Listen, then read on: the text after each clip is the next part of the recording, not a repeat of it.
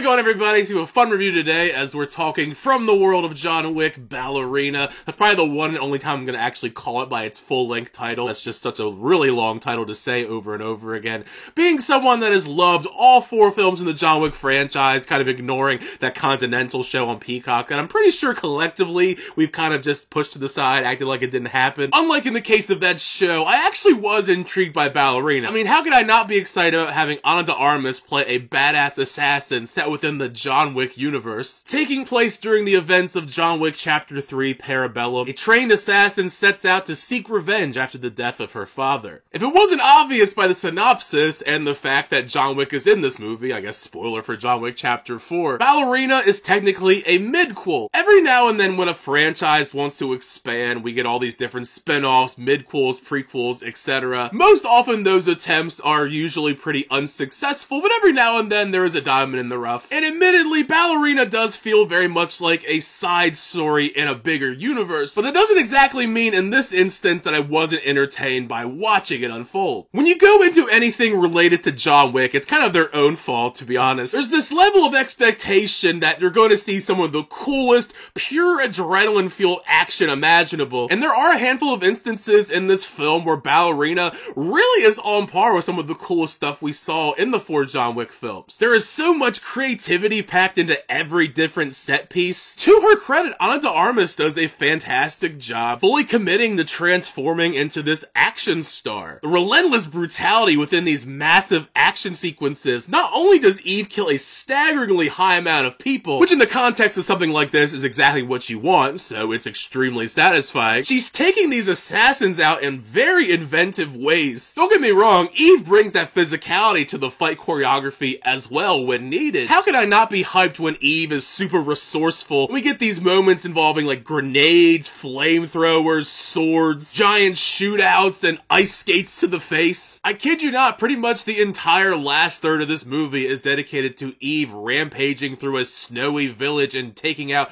everybody one by one, and it's pretty badass. This is the section of the movie where I was alluding to. We have a flamethrower versus flamethrower battle. In my opinion, out of every single action sequence we have in Ballerina, it's the one I thought was the coolest. Where Ballerina did start to lose me though, lies within the elements being weaker when we aren't focusing on the big elaborate stunts and the action set pieces. The John Wick franchise, it is no stranger to revenge stories. I mean, initially, that is what kicked off the entire franchise. A simple revenge story where John Wick comes out of retirement to murder the people that killed the dog his recently deceased wife gave him. Here in Ballerina, however, Eve's story has a couple compelling bits. Getting Ana de Armas' character's backstory, following her journey for revenge, and her pretty much defying the Rosca-Roma and going off and raising hell, taking on this cult all on her own, is simple and engaging enough for most audience goers to have some enjoyment level. Most of the characters here outside of her, though, aren't very strong. Just narratively, it traverses material that we've seen done time and time again in the action genre when it comes to revenge. Even the usage of having her rescue a little girl who's taken hostage, that also feels like symbolism for her trying to help someone avoid a similar dark path that she went down. I do love a ruthless evil antagonist though, and Gabriel Byrne does that very effectively. The only part that bothered me is he's not really in the movie all that much. We see him a little bit in the opening,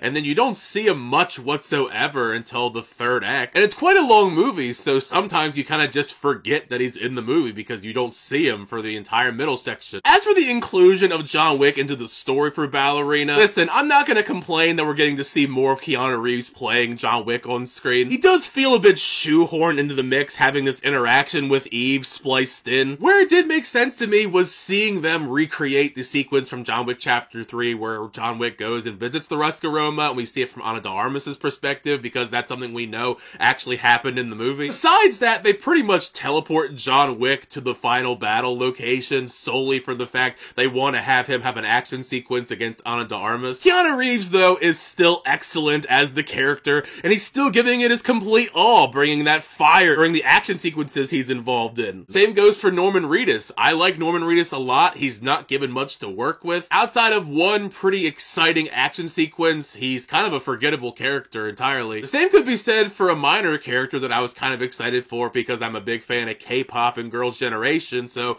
you can imagine my excitement that Suya from Girls' Generation was going to be in this movie. She pretty much much does nothing. Her role is relegated to being protected by Ana de Armas very early on. She has like 1.5 lines of dialogue. It's not a huge role or anything. She's like the one female character in this that isn't an assassin. Low-key, it made me pretty sad as well, seeing Lance Reddick one last time pop up in this, interacting with Eve, because I really liked his character. I mean, to be fair, even if he hadn't passed away, he did get killed off in John Wick Chapter 4. Regardless, however, I'm always going to miss Lance Reddick on screen. All around, Ballerina is a really entertaining addition to the John Wick franchise. While I don't think it reaches the same heights as those 4 films, they found an exciting way to expand the universe with Ana de Armas, who I hope we see more of as Eve as we're expanding this universe, whether that be with the spin-offs like this, or we're getting stuff down the road with Donnie Yen's character, and of course we potentially are going to get a John Wick Chapter 5. Not sure how that's going to play out, we'll see. All I know is, outside of that Continental show, they're doing a pretty good job trying to expand the franchise, so I'm hoping that they maintain that level of quality as they go moving forward and trying to make more money with it. Once you get a chance to see Ballerina in theaters though, make sure you share your thoughts down below. What'd you think of the film? Did you like the film? Did you not like the film? Thank you guys. As always, sharing out videos, I always do appreciate it. Make sure to like on the video and also subscribe to the channel if you haven't already to update reviews, reactions, unboxings, and more. Until next time, I'll see you guys later.